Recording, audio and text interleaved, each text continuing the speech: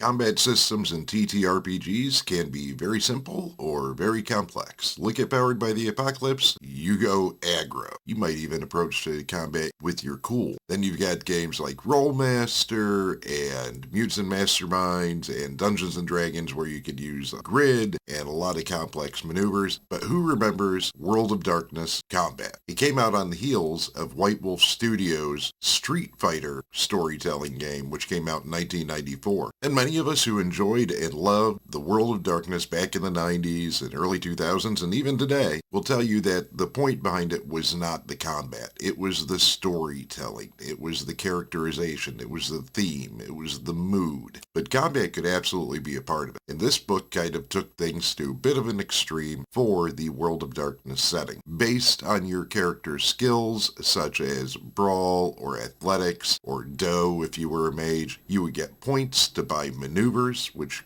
would include anything from like haymaker punches to phoenix punch or jump kicks. And there were a bunch of new rules added for things you could do in combat. Abort a maneuver, do a counter, and some people really enjoyed this. It was definitely a product of its time, and I know that we played around with it a lot, and we played around with it in conjunction with the merits and flaws system, because some of the merits you could get at that point in time were martial arts systems, which gave a modifier to the points you would get from those base skills. We had a lot of fun with it, and it's something I don't see mentioned often when we talk about World of Darkness, because I think this was really a subset of player who enjoyed it. And that's okay. Not every TTRPG is for everybody, and not every rule from every TTRPG is for everybody who plays that game. These were optional rules. I found them neat and interesting, and as I'm going through and cataloging some books, I came across this one and said, you know what, I've got to share this because I don't know how many people today who play World of Darkness know or remember this book.